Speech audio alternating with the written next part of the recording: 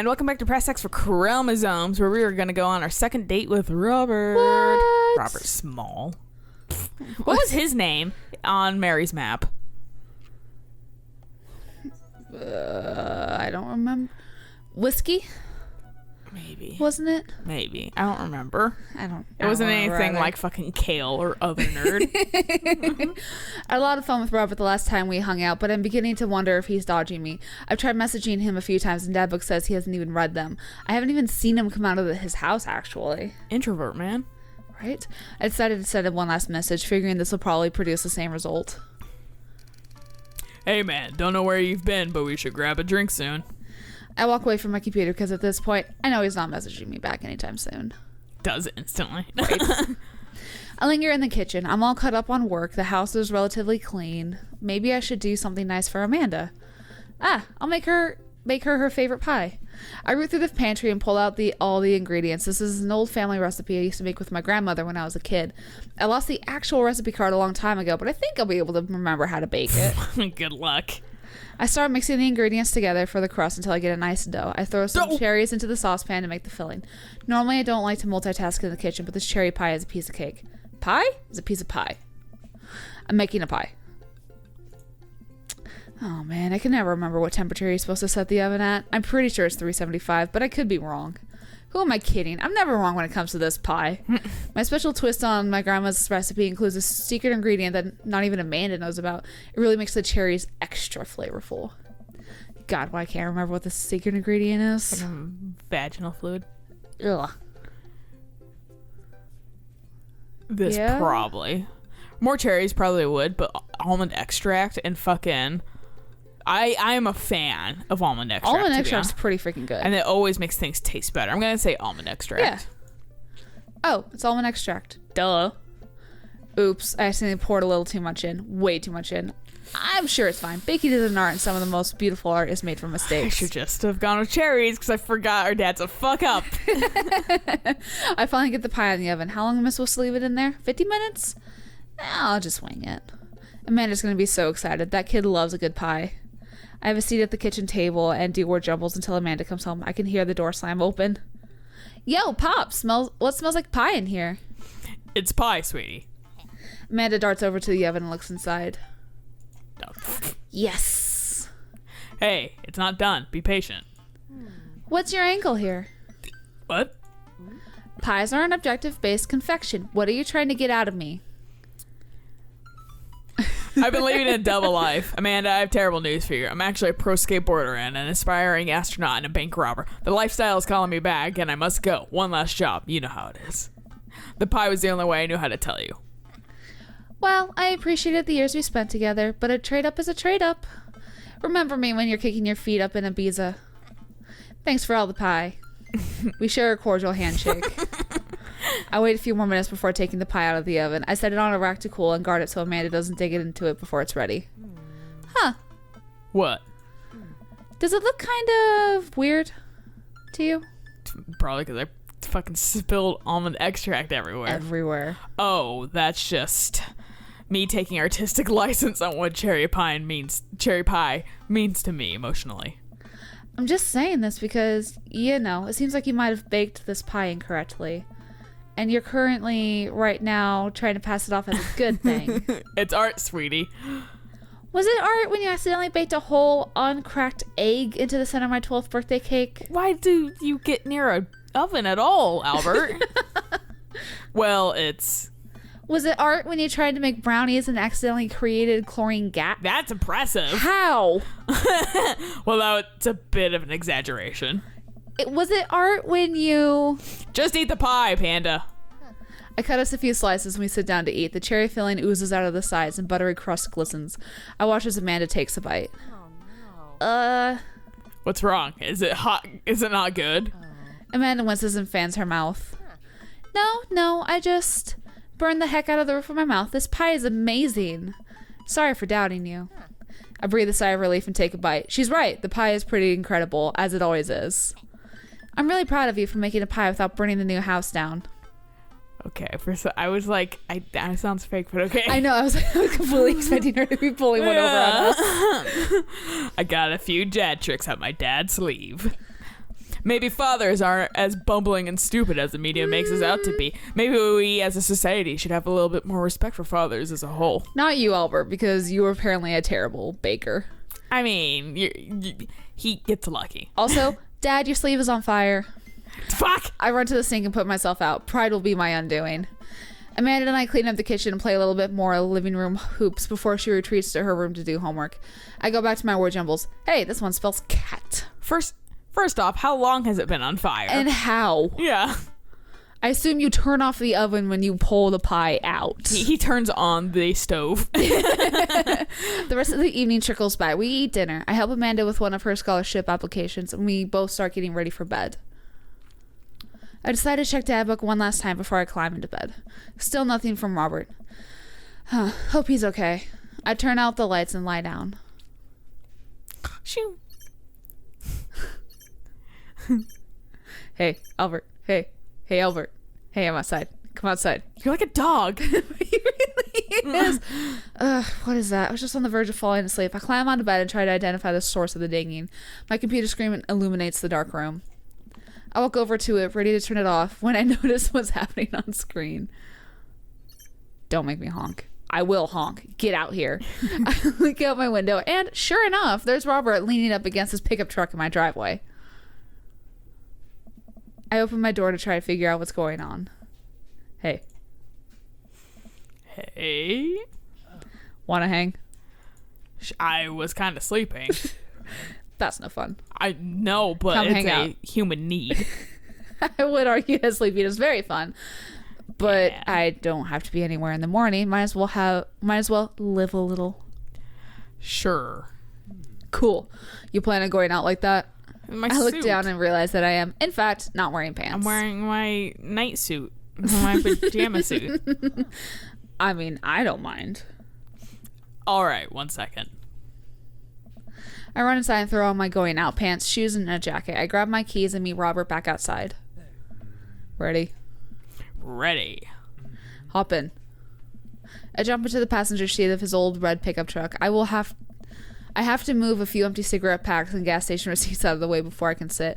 Robert silently starts the car and drives out of the cul-de-sac. You like Tom Waits?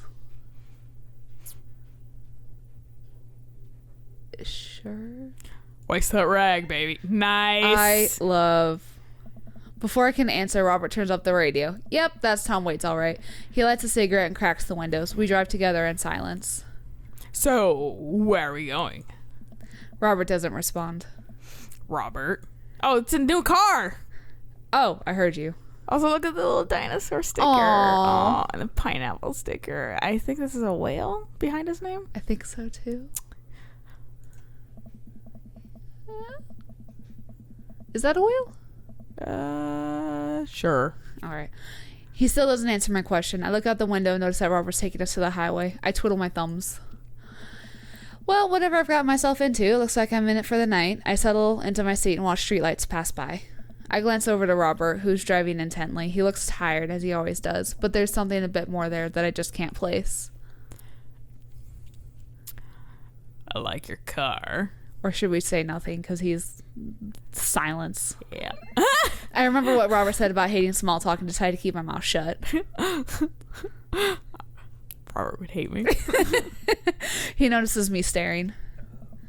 Stop looking so nervous. But shut up. You can't tell me what to do. I'm not nervous. I'm a little nervous. Just hang on. We're almost there. Almost where? I have no idea where we are. I think we're moving at a slight incline, but I'm not so sure. The spot. You're going to murder me. Right. We eventually come to a stop. Robert gets out of the car and I sit for a second, unsure if he wants me to get out too. What are you waiting for? I hastily exit the car. Robert sits on the bed of his truck and passes space next to him. Stargazing? Hastily. What? Hastily. Whatever. I sit down and take in the view. We're on a hill overlooking the city skyline against the bay. The cool night air rustles some trees near us as lights blink off into the distance. Off to the side I can see an entrance to a dense forest. Man, it's also gorgeous. This is where I come to masturbate. I thought you were fucking with me because I hadn't read the line first yet. So I thought you were literally just fucking. I was like, no, okay, he does say that. I didn't quite read the word before I said it, and I saw MASTU, and it just okay. I guess that's what it is. Yeah. And I was like, wait, that is what it is. I'm kidding. What's wrong with you? This is my little spot where I come to think. Where I come to masturbate. It's nice. You can see the whole city from up here. Really gives you some perspective. Robert reaches behind him and pulls something out from under his jacket. It glints in the moonlight, and I suddenly realize what it is. Oh shit, that's a knife! Fucking knife! Oh. Please don't stab me. Robert reaches into his pocket and pulls out a small piece of wood. Fucking It's a whittle whittler? me. Please don't stab me with that either. Robert takes the knife to the piece of wood and starts carving at it. I breathe a very audible sigh of relief as Robert looks at me sideways. Did you think I was going to stab you just now? Only with the wood. What? No. Hate to break it to you, but I did, in fact, bring you out here to harvest your organs. Nice. Make sure you get a good price for them. Yeah, well, you think you caught me in your trap, but I knew. For years, I've been putting the most vile junk food in my body in preparation for this day. Come at me, friend, and recap or reap what you will. 2 steps ahead of you at all times. That's how I operate. Yay! Nothing gets past you, huh? Only Joseph doesn't like fucking extraordinary stories when they're kind of Yeah. false. I'm glad that other people enjoy them. No, they're fun. That's like most of our dad. Yeah, Damien doesn't understand them at some points. Yeah. But Robert seems to be all on board about it. Robert reaches into his pocket and pulls out a folding knife that he opens and hands to me. I'm gonna warn you, the last guy I had a knife fight with lost 3 fingers because he didn't know the 8 basic rules of knife fighting. You're familiar, correct? I honestly can't tell when you're kidding. I'm so many levels of irony deep that I've forgotten what humor is. He and I laugh. Have you ever whittled before? Considering I'm not a grandpa, no. Hey! What do you mean by that? Well, I just thought that you would have a block of wood shipped to you along with your first social security check. Jesus Christ. Albert, all of you know that whittling is a time-honored tradition enjoyed by both young and old alike. That you're dismissing it before you've even tried it speaks volumes about your character. However, because I've gotten to know you for some time and I've come to think of us as friends, I'm willing to attribute it to ignorance instead of malice. No, attribute it to malice. What I'm trying to say is, go get that stick. Robert motions to a good-looking stick on the ground, perfect for potential whittling. I pick it up. I'm just saying, for a guy that likes silence, he sure does talk a lot. He does. Yeah. The most important thing to remember while whittling is to cut with the grain, not against it. If you cut against the grain, the wood is going to splinter. Isn't the most important thing safety? No. Getting hurt comes with the territory. Look at my damn hands. Yeah, they look like a mess. Look at his damn hand. They're calloused and covered in little white scars. They are very nice hands. You can't make a stick omelet without breaking a few hand eggs. Minicam. What a weird analogy. Knife that wood. Got it. Go against the grain. I'm making a toothpick. It's a good start.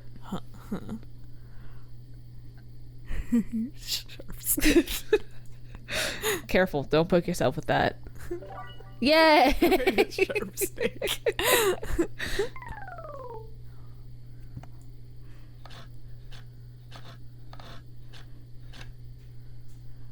Tell me about this one. Dude, this is a tongue depressor. Flatworm. Flatworm. Gross. He doesn't like anything we're making. Theoretically, we don't know. Yeah. Toothpick. A smaller toothpick. What's the story here? Something to make me look tougher. It's working. I think you could take me in a fight. Probably. Tough guys. Sorry.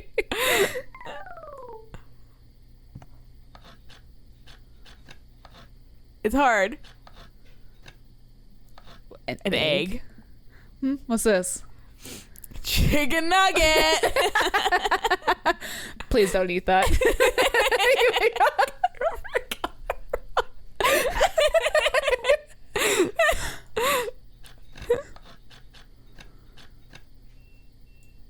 Nice form. What's it supposed to be? It's you. No. Louisiana. Sure.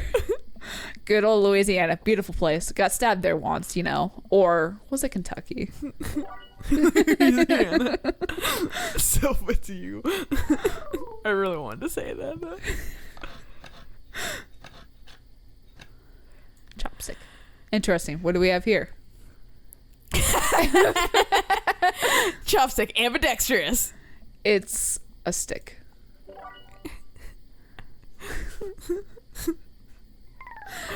We're also whittling very... Oh, hey. Easily, it seems. Yeah, it happens fast. Is that like a mouse? a potato or a swan? I can see the swan if I tilt my head, but I thought it was a mouse. If you keep this up, you'll be whittling pro in no time. Or like a turnip? New friend. He's beautiful. I'm happy for you.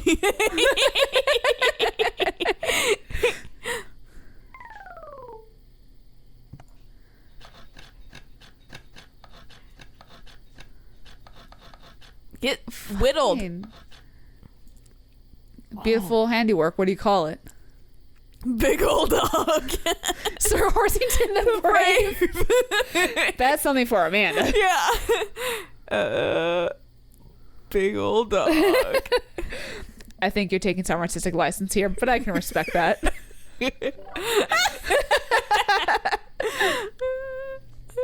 My God, how much are we gonna whittle? I don't. Okay. Oh, finally. Jeez. Not that that was bad, No. but it was just ridiculous. Robert and I sit in silence for a while, carving on pieces of wood. I think I'm getting the hang of this. It's actually kind of relaxing. I glance over to see what Robert's working on. He's carving a smaller wooden knife. Ah! While I'm distracted, the knife slices into my thumb. Blood gushes all over my little wooden carving. Not my big dog. Robert is lost in carving and doesn't notice me bleeding everywhere. Robert still doesn't notice. Robert, I'm dying. I'm bleeding to death. Robert finally looks over. He reaches into his jacket again. Jesus, how much stuff does this guy keep in there? And pulls out a red bandana. He wraps it around my thumb. I got two things to say now. Also, it's a leather jacket. Those don't typically have a ton of pockets. No. So where are you keeping this shit? Second off, is it red because it's a color or red because it's from your other blood? If it was from his blood, it'd be brown. Fucking who knows game developers if they know that. Hold tight. He hops off the truck and I can hear him rummaging around in his car. He comes back a moment later with a well-stocked first aid kit. Robert carefully wipes all the blood off my hand and swipes a bit of antiseptic onto the cut. With surprising gentleness, he places a bit of gauze on the wound and wraps it all up. You okay? Yeah, I'm good. He hands me what's left of the tube of antiseptic. Now I'm not gonna die. Make sure you keep that cut clean. It's oddly touching and a little sexy. He can take care of me. I guess I'm a real whittler now. That you are. Be careful, though. They're attracted to the smell of blood. Who? Whittling? Wait, what? What's attracted to the smell of blood? Cryptids. Ton of them's out here, Nice. You know. There was a thing that was like, your hometown, and the last thing you ate is what your cryptid name is. So I'm the like Steven Spaghetti.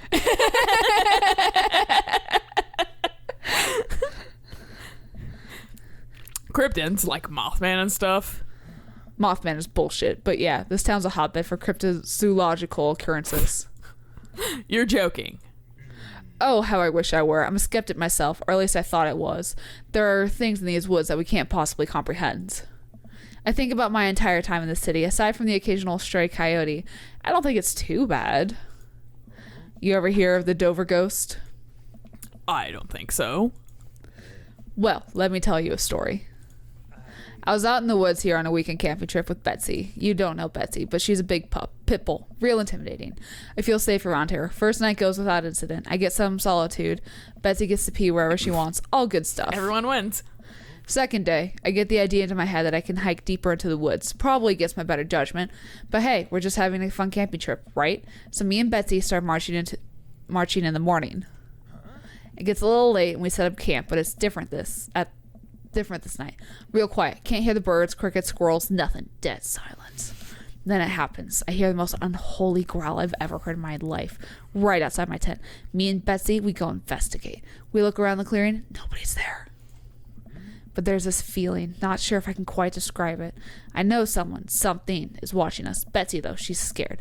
Never seen her like that. When she's scared, I know I should be too. And then I see it in the distance. A man, but if something that didn't know what a man was supposed to look like made it. It just looked wrong. Big, arms too long for its body, black eyes, just stood there and stared at me. Sounds like some of the like Reddit no sleep shit I've read. Oh, really? Yeah, like this sounds fake, but like also sounds like fucking they were like let's go on Reddit no sleep. Then it disappears. I hear one yelp from Betsy and I turn to check on her, but she's gone too, into thin air. I didn't sleep at all in my tent that night, and I don't think I've slept since. Yeah, it sounds like almost like search and rescue woods. I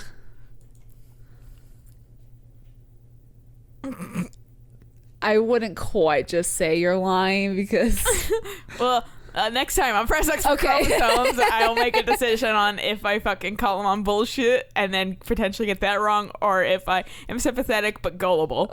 So, until next time, bye.